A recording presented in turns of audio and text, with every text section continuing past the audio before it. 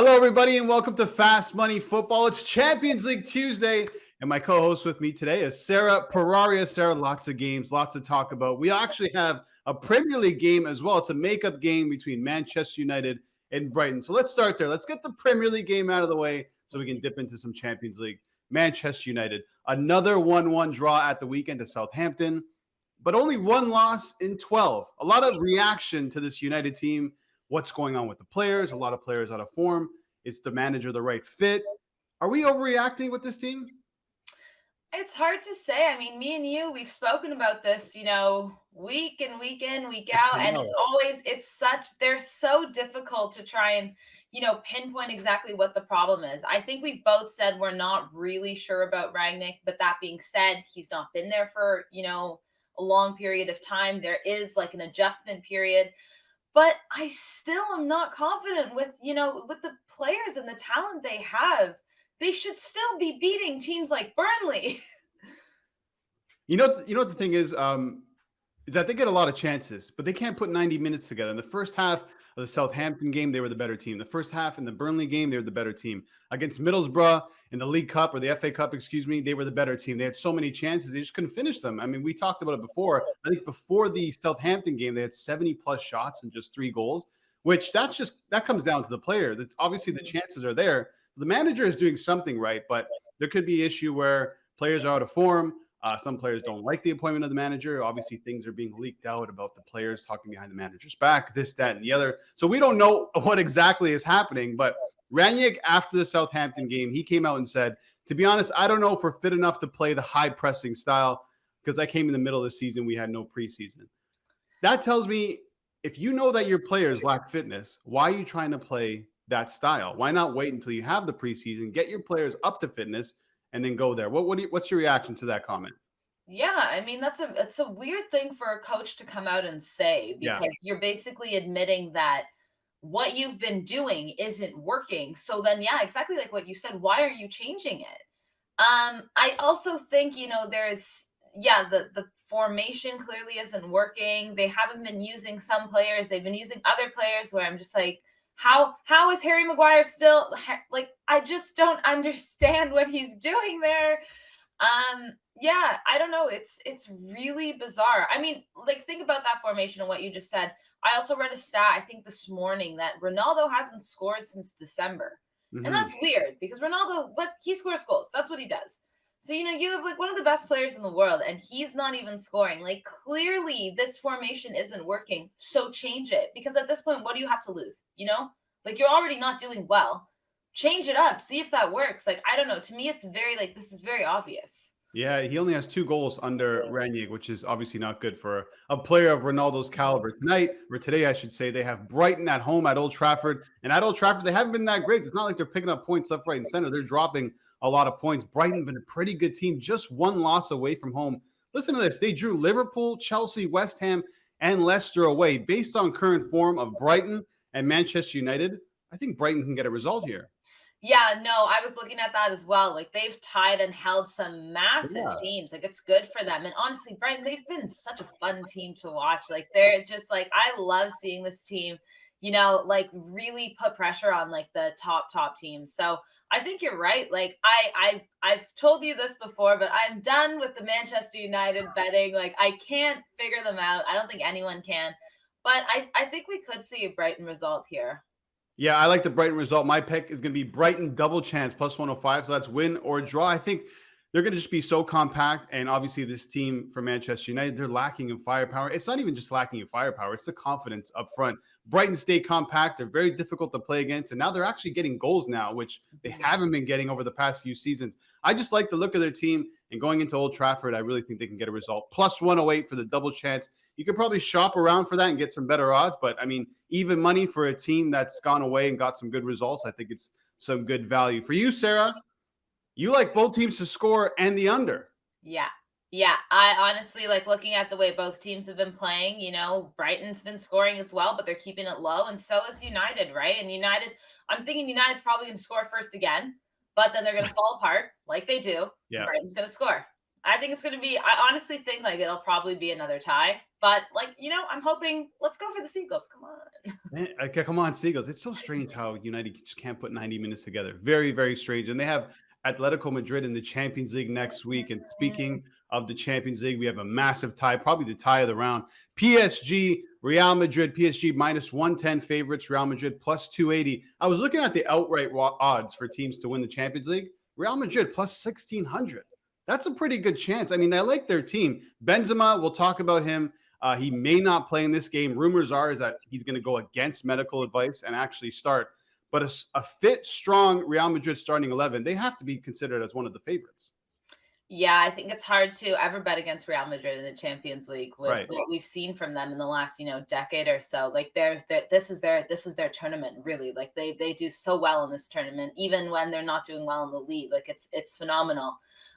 This game though, for me, this is an emotional game. Like we're bringing Messi back to the Madridistas, and I'm really praying PSG win, but they've also, I know you see they have a game like they play Lille, and they win 5-1, and Lille's a top, like they're not a top team, but they're a solid team still. Yeah. Our Canadian boy Jonathan David's there, but then they get knocked out by Nice in the Coupe de France. Like I don't know what's going on with them, but Messi's been on fire in the UCL, which is amazing. He has 5 goals. Benzema has 5 goals. Mbappe has 4 goals.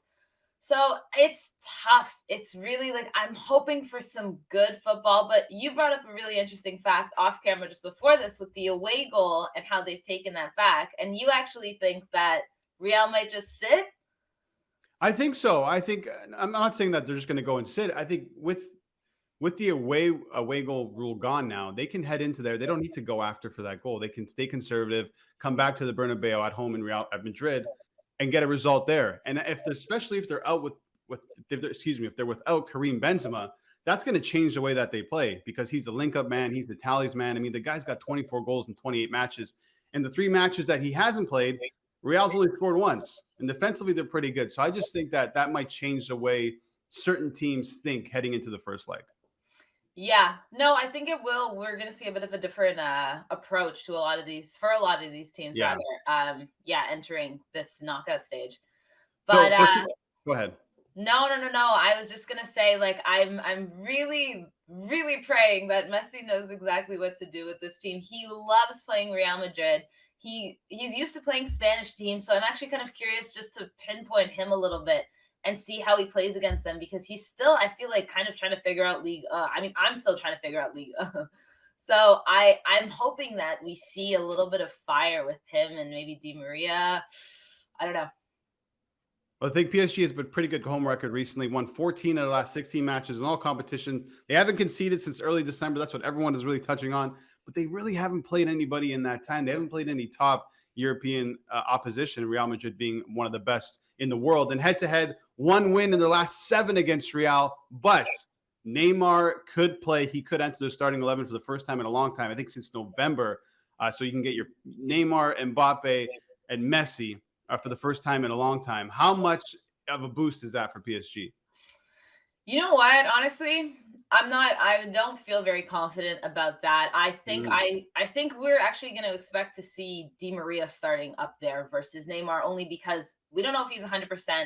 Pochettino came out yesterday and said it's basically going to be a game time decision. That to me is not like giving me any confidence because it's clearly like we're not really sure still. And if he's not 100%, why would you even risk it? Neymar's proved to be a band-aid, and maybe we'll see him come on in the second.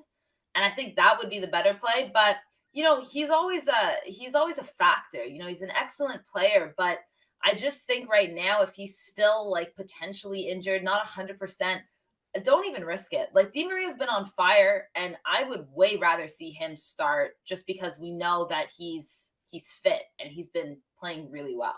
Yeah, PSG can also be in the thinking of let's try and put this tie away in the first leg at home because it's been so good there. So I can see Neymar maybe jumping in for that reason. But yeah, obviously 2 big names on both sides could be missing out.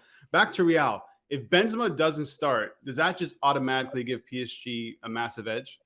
100%. Right. I didn't realize that Benz was going to potentially not play, which completely changes my bet because I think he's a monster. Like, he is a goal machine. He's been really doing amazing things for Real Madrid since Ronaldo has left. He's kind of stepped up to the plate, and Yeah. it's fantastic to see because he's really such a good player. But yeah, at the same time, if you don't have him, I know, Vinny has been there. You have Rodrigo as well, but they're not on the same caliber as Benzema. So I mean, I think this could be huge. And if he doesn't start, PSG better take advantage, because I assume if he's not going to be here this week, he's going to do everything to be back in 2 weeks at the Bernabeu. Yeah, Gareth Bale actually started up front in the last game for Real Madrid. Looked pretty good. He's just not as sharp. When you haven't played for a while, you don't have that match fitness and you don't have that sharpness in front of goal. So I think if he's not there, then we're really going to see a conservative approach from Real Madrid, a counter-attacking approach, and they can use their pace to really burn PSG. But let's get to the official picks. Are you sticking with your Real to win? You know what? I think mine's gonna be also a game time decision, because if Ben Okay. doesn't start, I'll switch it for sure. But if Ben starts, I said Real to win and Yeah. Benzema and Mbappe to score. But if there's no Benzema, take PSG and keep Mbappe. Yeah, I'm jumping on the double chance with Real Madrid. I don't think they lose this game. I don't think they necessarily win, but win or draw at -120, pretty good odds. And if Benzema gets in there, they have a good shot. But at the same time, we won't know if he'll be at 100%. I just really like Real Madrid. I think they can go there, hold, have a really professional, strong performance, and then head to the Bernabeu and win the tie there. Big prediction, but here we go. Sporting Manchester City is the other game on the slate today. Sporting plus 650, Man City minus 275. A lot of people look at this matchup as a wash, or City's just going to go into cruise control and crush Sporting. And you seem to agree with that. Yeah, I mean, it's unfortunate for Sporting because they're one of the top sides in the Primera, but it's City. Every week I feel like we talk about City, and I'm just at a loss of words because it they're just unbelievable, and they're so deep. And I read that Grealish won't be there today, and I was like, that doesn't even mean anything. And that was the craziest thing, when it was like Grealish has a bit of a shin injury. But I was like, they have so many other players that it's not even something I think they're that worried about. Like, no one's losing sleep over that. I know Sporting, they just came off a 2-2 draw against their rivals, Porto, and they do have a really solid team. Paulinho, Sarabia, like they're solid, but they're not. They're just, in my opinion, not on the same level as City. And City are just, they've been scoring like crazy lately. That game on the weekend was just unbelievable. So I think it's going to be a wash. Yeah, that was a massive game for Sporting, pretty much killing their title hopes in the Portuguese league, which means I think all eggs will go into the Champions League basket. It'll be interesting to see how they set up here and how they play, because they play with a very much attacking approach. And when you go and do that against a team like Manchester City, they can just cut you open. But Sporting, look, 27 goals scored, or they've scored in 27 consecutive games, so they have that type of firepower. For City, man, it's hard not to see just a victory in this matchup, but I do think Sporting can score based on what they have up front. Paulinho scoring goals. Pote, he's questionable, but he might start. He can score goals as well. I just see Sporting making it difficult, I think, early on for City, but then once again, City can just go into cruise control. I mean, look this past weekend against Norwich. They played some under 20 players. It even featured Kevin De Bruyne, João Cancelo, Rodri, three of the best players on the team who now enter this game Yeah. fresh. So I think I'm with you. I think City win this game. I don't know if they crush Sporting, but I think they win. Yeah, I think what you just said about Kevin De Bruyne, he's going to change this game completely, because I also, not seeing him play on the weekend, I was like, oh dear, this is tough for Sporting to see. Raheem Sterling's on fire right now. We all know that, but Kevin De Bruyne for me is like the best player on City. He's one of the best players in the world. He can change any game. And not only does he score, but he's such a playmaker too, that with him in the mid, forget about it. Yeah.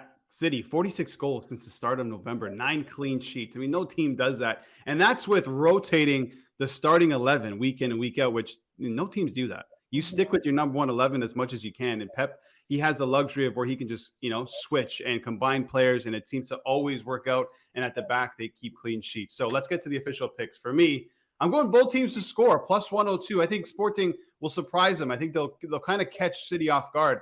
I feel like for the past few weeks, City have been in cruise control. And I mean, that's just how good they are. but they could be surprised when they head over to Portugal. Always playing away in the Champions League is difficult. I think Sporting could surprise them early on and maybe come up with a goal or two. If you like Sporting just to score a goal, I mean, some decent odds, -120, so something to look at. But both teams to score +102 is my official pick, Sarah. You're going for a big Manchester City win. Yeah, I'm taking City to win by 3 or more. I mean, that say Sporting could still score with that. We could see a nice little 4-1 action, but Yeah, I think it's we're gonna get a lot of goals from City today. that's a lot of goals. You really think that, eh? Oh 3 yeah, plus? yeah. Wow. Even when no Jack Grealish doesn't matter. No Jack Grealish, no Gabriel Jesus. It's crazy to think that you can field an 11 without some of those players who can get into pretty much any 11 in the world and still win these types of games. I mean, it tells you why Manchester City are the favorite to win the Champions League. Who's your pick as of right now to win the whole thing? Oh, that's tough. Honestly, City's up there. This is like the first time where I'm like more confident in City than past years, even when they have been as good. But you can't. It's so tough because you have a team like Bayern Munich, you have Liverpool, you have Real Madrid. But I honestly think right now, City is the best team in all leagues with the current form they're in. That being said, with football, things change, right? A crazy injury happens or just like a dry spell. But I actually think City right now is like my favorite to win the whole thing. Yeah, it seems like it should be City's year. They are the best team in the world. But I hope you enjoy the games today. This has been Fast Money Football. You can follow Sarah Pararia on Twitter at Sarah Pararia. You can follow me at The Real Bird V and follow the Parlay at The Parlay. And for more Parlay content, head over to parlay.tv. Good luck today, guys.